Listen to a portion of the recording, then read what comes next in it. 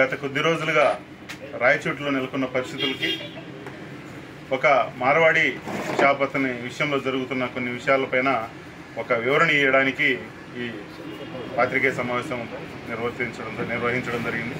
ఈ కార్యక్రమానికి వచ్చేసిన పాత్రికేయులందరికీ కూడా పేరుపేరున నమస్కారాలు. రాయచోటిలో కేవలం నిన్న ఒక పార్టీ నాయకుడు ఇంకో పార్టీ నాయకుడు ఇద్దరు 2 ప్రెస్ మీట్లు నిర్వహించి మొత్తం విషయాన్ని తప్పుదారి పట్టించే విధంగా వ్యవహరిస్తున్నారు. ఆ విషయం పైన మేము పూర్తి విషయాలని పాత్రికేయుల ద్వారా సమాజానికి, అదేవిధంగా రాయచోటి ప్రజలకి, అదేవిధంగా పెద్దలకి తెలియజేయాలనుకుంటున్నాం. ఈ విషయం ప్రత్యేకించి మా మంత్రి గారు మండిపల్లి రామప్రసాద్ రెడ్డి గారికి, అదేవిధంగా జిల్లా ఎస్పీ గారికి, అదేవిధంగా జిల్లా కలెక్టర్ గారికి కూడా ఈ సమావేశం ద్వారా తెలియజేయాలని కోరుకుంటున్నాము. పాత్రికేయుల ముసుగులో కొందరు కాదు, పురం మురళి, పెద్దపల్లి శేఖర్ తదితరులు ఫేక్ డాక్యుమెంట్ సృష్టించారు. వీడి పేరుతో భాగముంది, అది ఉందని చెప్పేసి ఒక 70 మందికి పైగా షాప్ పైన దాడి చేశారు, షటర్లు వేసేశారు, కెమెరాలు తుంచేశారు. ఇన్ని జరుగుతున్నాయి. వీటన్నిటికీ కూడా మూలం మా పార్టీలో తిరుగుతున్న కొందరు, కూటమి ప్రభుత్వంలోని కొందరు వ్యక్తులు తప్పుదారి పట్టిస్తూ కేవలం ఒక షాపుకి ఈ షాపుకి మధ్య పోటీ జరుగుతుంది. ఆ షాప్ పేరు మీకు అందరికీ తెలిసే ఉంటుంది, కాయినా నేను చెప్తాను. ఎస్ఎంబి స్పేర్ పార్ట్స్ వాడు అధిక ధరలకు అమ్ముతున్నాడు. మెకానిక్లు అంటే లెక్క లేదు, కస్టమర్లు అంటే లెక్క లేదు, చాలా అధిక ధరకు అమ్ముతున్నాడు. తను ఒక అప్రకటిత వ్యాపార సామ్రాజ్యాన్ని ఆయన చుట్టూ పెట్టుకునేదానికి ఎస్ఎంబి వాడు ప్రయత్నిస్తున్నాడు.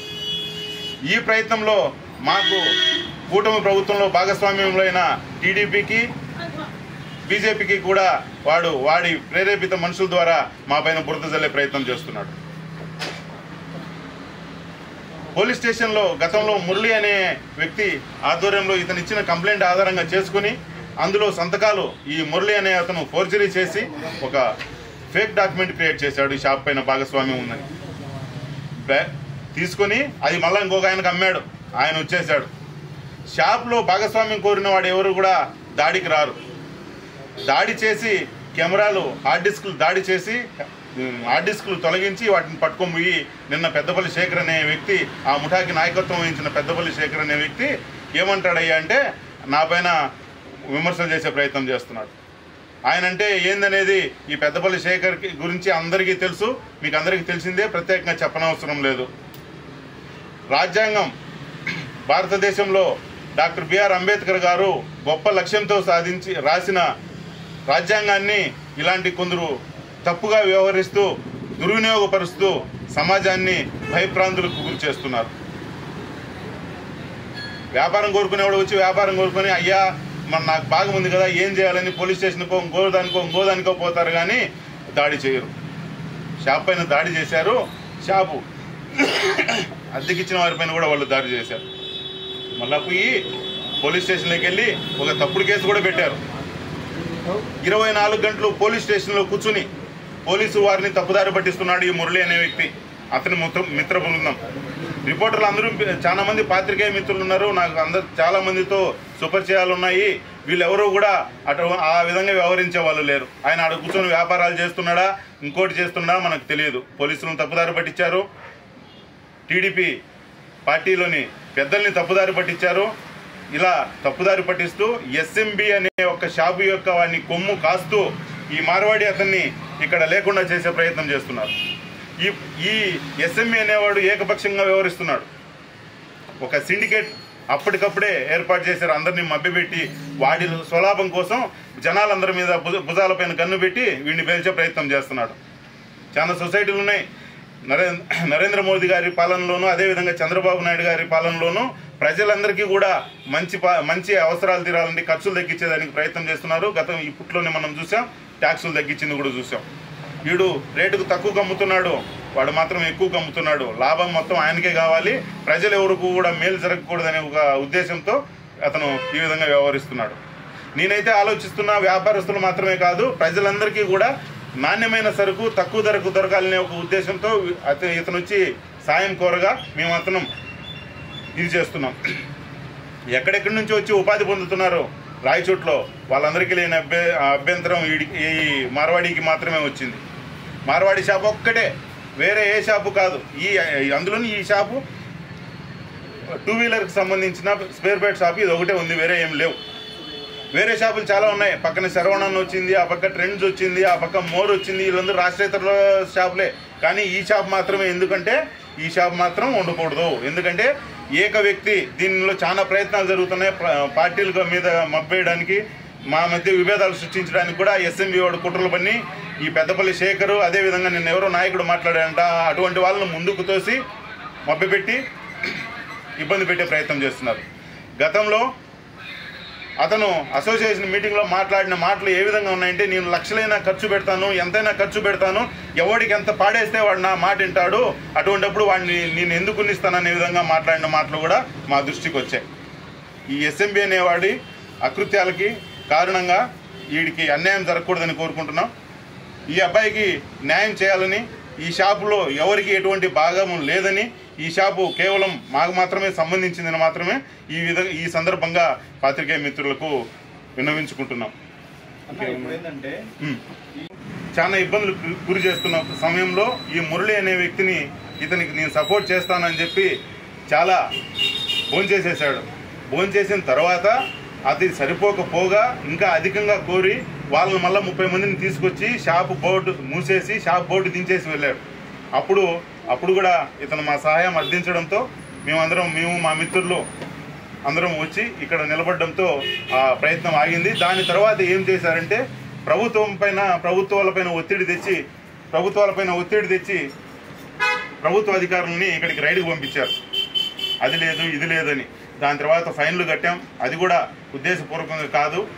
ఎప్పుడు ఓపెన్ చేసేదానికి పరిస్థితి లేని పరిస్థితిలో, ఒక అనిశ్చితి నెలకొన్న పరిస్థితిలో 8 నెలలుగా ఒక షాపు ఓపెన్ చేయలేని పరిస్థితి. మార్వాడి అవ్వడం వాని నేరమా? మార్వాడీలు ఇక్కడ షాపు పెట్టకూడదా? మార్వాడీలు పెట్టచ్చు, ఎవరైనా పెట్టచ్చు. న్యాయబద్ధంగా, చట్టబద్ధంగా ఎటువంటి వ్యాపారాలు ఎవరు ఎక్కడికైనా కూడా వచ్చి నిర్వహించుకోవచ్చు. ఆ ప్రయత్నంలోనే మేము ఉన్నాం. ప్రభుత్వం తరపు నుంచి కూడా కొందరు పెద్దల తరగ తిరిగే వాళ్ళు కొందరు కూడా పనులు జరగకుండా చేసేదానికి చాలా ఇబ్బందులు పెడుతున్నారు. ఈ విషయమై ప్రజల దృష్టికి ఈ విషయం తీసుకొచ్చేదానికి సహకరిస్తున్న మీ అందరికీ కూడా కృతజ్ఞతలు.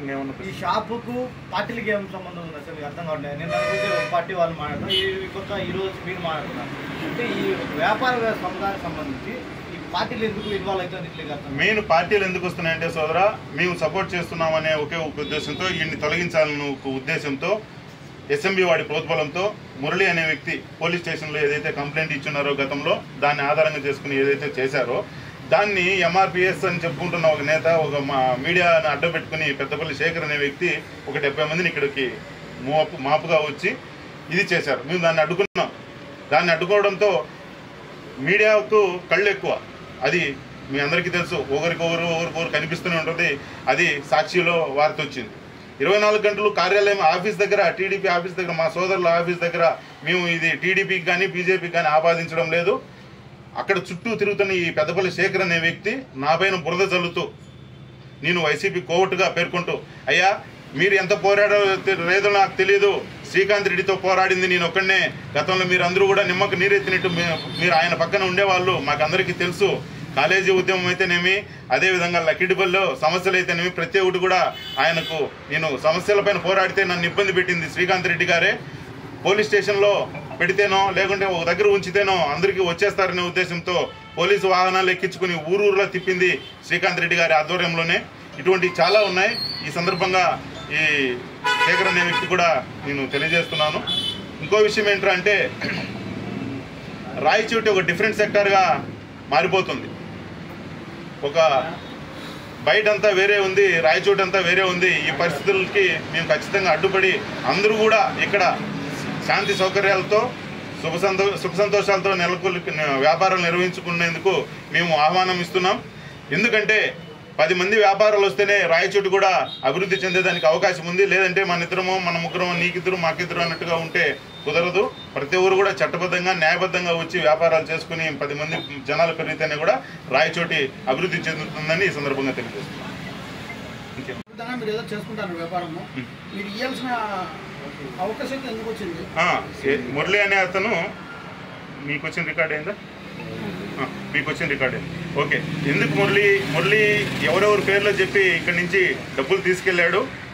ఎందుకంటే ఇతనికి స్థానికంగా సరైన సంబంధాలు సరైన పరిచయాలు లేని కారణంగా వాడికి డబ్బులు ఇస్తే పనులు జరుగుతాయి, వీళ్ళకి డబ్బులు ఇస్తే పని జరుగుతాయని చెప్పి చాలా డబ్బులు మురళి తీసుకెళ్ళాడు. ఇది సాక్షాత్తు మురళినే నాతో కూడా చెప్పాడు. ఈ విషయమే మాట్లాడితే డిపార్ట్మెంట్ను కూడా తప్పుదారి పట్టించే ప్రయత్నంలో మురళి ఉన్నారు. మురళి తన యొక్క రాజకీయ పలుకుబడి, తన యొక్క పాత్రికేయ పలుకుబడి ఉపయోగించి వ్యవస్థలన్నింటినీ కూడా తప్పు పట్టిస్తున్నాడు. ఈ సందర్భంగా అతను ఎక్కడైతే పని చేస్తున్నాడో ఆ సంస్థలకు కూడా నేను అభ్యర్థిస్తున్నది ఏంటంటే, ఇటువంటి వాళ్ళ వల్ల మీ సంస్థకు కూడా చెడ్డ పేరు వచ్చే ప్రయత్నం ఉంది. ఖచ్చితంగా ఈ విషయం ఆలోచించండి. కలెక్షన్ ఏజెంట్గా మారిన అటువంటి పైన ఖచ్చితంగా చర్యలు తీసుకుంటే బాగుంటుందని కూడా ఈ సందర్భంగా ప్రెస్ మీట్ పెట్టాడు. ఆ రాజకీయ నాయకుడు పలుకుబడితోనూ మాకు స్టేషన్లో న్యాయం జరగలేని పరిస్థితి ఎదురైతే మేము ఎస్పీ గారికి, తదుపరి డీఐజీ గారికి కూడా, డీజీపీ గారికి కూడా ఈ సమస్యను చేర్చే ప్రయత్నంలో ఉన్నాము. ఇప్పటికే డిఎస్పీ గారికి ఈ విషయమై అభ్యర్థన పత్రం ఇచ్చాం మేము. తదుపరిగా పెద్దల దృష్టికి కూడా మేము తీసుకెళ్తాం. ఖచ్చితంగా ఈ విషయంపై న్యాయపరమైన పోరాటం ఖచ్చితంగా చేస్తాం. ఒక కూటమిగా ఉన్న మీకు బీజేపీ పార్టీ నాయకులకి న్యాయం జరగలేకపోతే పోలీస్ స్టేషన్లో సామాన్య వ్యక్తులకి ఎలా న్యాయం జరుగుతుంది? ఈ కూటమి ప్రభుత్వము అనేది బీజేపీ, టీడీపీ అనేది పక్కన పెడితే అతను ఎక్కువ వాడుతున్న పేరు వచ్చేసి నేను పాత్రికేయుడిని, నన్ను మించింది ఏది లేదు, పాత్రికేయులే సుపీరియరు అన్న చందాన అతను అక్కడ 24 గంటలు అతను పోలీస్ స్టేషన్లో ఏం పని ఉంటో తెలియదు. 24 గంటలు పోలీస్ స్టేషన్లో ఉంటాడు. ఆయనకు ఉద్యోగం ఏమైనా ఇచ్చారో కూడా నాకు తెలియదు. వాళ్ళు పొమ్మన్నా కూడా ఈయన అక్కడి నుంచి కదిలి వచ్చేట్టుగా లేకుండా ఉన్నారు. అంతగా అక్కడ తిష్టేసి కూర్చున్నాడు పోలీస్ స్టేషన్లో మురళి మిత్ర బృందం. ఇంకోటి మురళి వచ్చి 10 లక్షలు డబ్బులు పెట్టినా నాకు అగ్రిమెంట్ రాపి కేవలం తను అక్రమంగా సృష్టించి ఫోర్జరీలు చేసి సృష్టించుకున్న డాక్యుమెంట్లు మాత్రమే. దానికి అతను ఎటువంటి డబ్బులు ఇవ్వలేదు. కేవలం వీడు ఎందుకు తనతో సపోర్టివ్గా ఉండేవంటే తను గతంలో కొద్దిగా డబ్బులు కలెక్షన్ కోసం నేను సాయం చేస్తా అని చెప్పిన క్రమంలో ఇతని దగ్గర డబ్బులు తీసుకున్నాడు, కానీ అతను ఎటువంటి డబ్బులు ఇవ్వలేదు. నా దగ్గర డాక్యుమెంట్ ఉన్నాయని చెప్పి ప్రచారం చేస్తున్నాడు. ఆ డాక్యుమెంట్లు మీరు ఏమైనా అడిగారా? మీరేమైనా డాక్యుమెంట్లు మా దృష్టికి మేము పోలీస్ స్టేషన్లో అడిగాము, కానీ మాకు సబ్మిట్ చేయలేదు. కానీ అయితే మాత్రం ఎటువంటి డాక్యుమెంట్ వాటిల్లో నిజమైనవి కావు, చట్ట వ్యతిరేకమైనవి. తను దుర్వినియోగపరుస్తూ తన యొక్క తెలివితేటల్ని తప్పుడుగా సృష్టించినవి పేపర్లు మాత్రమే. అందుకని నేను నిన్న అశోక్ అనే వ్యక్తి, పెద్దపల్లి శేఖర్ యొక్క అనుచరుడు అశోక్ అనే వ్యక్తి వచ్చినా కూడా, నాన్న మీకు ఎన్ని తెలియదు, మీరు వెళ్ళి మురళితోనే మాట్లాడి ఫేక్, మీరు వెళ్ళండి అని చెప్పినా కూడా వినకుండా దాడి చేసి ఎవరికి వాళ్ళు ప్రొఫెషనల్గా ఏ విధంగా అయితే దాడులు చేసే బృందాలు ఉంటాయో ఆ బృందాలు వివరించి కెమెరాలన్నీ ధ్వంసం చేసి రికార్డ్ అయిన ఫుటేజీని కూడా తొలగించి సాక్ష్యాధారాలు లేకుండా చేసి తొలగించి తీసుకెళ్లారు. మీకు కావాలంటే ఫుటేజ్ అందరికి కూడా మీడియా మిత్రులకి అది చేరవేసేదానికి మేము సిద్ధంగా ఉన్నాం. నిన్న ఛాలెంజ్ విసిరారు నిజమైన ఫుటేజ్ వదలమని. నిజమైన ఫుటేజ్ అయ్యా పెద్దపల్లి శేఖర్ గారు మీరు ఎక్కడ తీసుకెళ్లారు కదా మీ పిల్లలు, అది యాజ్ ఇట్ ఈజ్గా ఎటువంటి ఎరేజ్లు లేకుండా ఎటువంటి డ్యామేజ్ లేకుండా దాన్ని తీసుకొచ్చి ఇచ్చారంటే మీ యొక్క అన్ని ఎవిడెన్స్లు దాంట్లోనే ఉన్నాయి, మీరే చూసుకోవచ్చు. ఓకేనా? మీరు చూసుకోవచ్చు అని కూడా ఈ సందర్భంగా తెలియజేస్తున్నాం. ఇదంతా వివరాలు తీసుకుని వెళ్ళారు. మేము పోలీస్ స్టేషన్కి ఎందుకు వెళ్ళలేదంటే అక్కడ మాకు న్యాయం జరుగుతుందని అనిపించలేదు ఆ క్షణంలో. ఎందుకంటే గతంలో మేము వెళ్ళినప్పుడు అక్కడ స్టేషన్లో మేము ఎదుర్కొన్న పరిస్థితులు విభిన్నంగా ఉన్నాయి. ఆ విషయాన్ని కూడా మేము డిఎస్పీ గారి దృష్టికి తీసుకెళ్ళాం. విలేకరులు అని చెప్పి కొంతమంది చెప్తున్నారు. మురళి, శివ అని ఒక అబ్బాయి అతనితో పాటు ఉంటాడు. వీళ్ళందరూ కూడా గతంలో వచ్చేవాళ్ళు. జిమ్ శివ అంటారు ఆయన్ని, జిమ్ శివ అంటారు అతన్ని. జిమ్ శివ, మురళి, పెద్దపల్లి శేఖర్ వీళ్ళందరూ డిఎస్పీ గారు తెలియజేశారు. అనుకోకుండా ఇప్పుడు మళ్ళీ ట్రాన్స్ఫర్లు అయ్యే ఈ ఎస్పీ గారు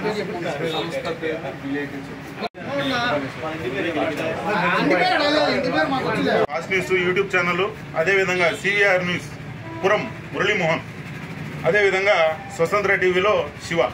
ఈయన శివ అనే ఆయన డైరెక్ట్గా చెప్పారు, మీరు తట్టుకోలేరన్నా మేము వచ్చి దాడి చేస్తాం అని చెప్పారు. చాలా మంది చాలా విషయాల్లో కూడా వాళ్ళ వ్యవహార ధోరణి అలాగే ఉంది. దీని వెనకాల మొత్తం కూడా ఎస్ఎంబి అనే స్పేర్ పార్ట్స్ యొక్క మనిషి ఉన్నాడు. అంతే తప్ప దీన్ని వేరే విధంగా తీసుకోవద్దని కూడా మిమ్మల్ని అందరినీ కోరుతున్నాం. రాష్ట్రంలో మీదే కట్బంధన్ సర్కారు, కూటమి ప్రభుత్వము. ఇక్కడి పరిస్థితి మీరు ఎమ్మెల్యే లోకల్ మంత్రి గారి దృష్టికి తీసుకెళ్ళలేదా? ఈ విషయం కూడా తీసుకెళ్లే ప్రయత్నం చేస్తున్నాము. నిన్న మీటింగ్ తర్వాత మేము తీసుకెళ్లాలని ఆలోచిస్తున్నాము.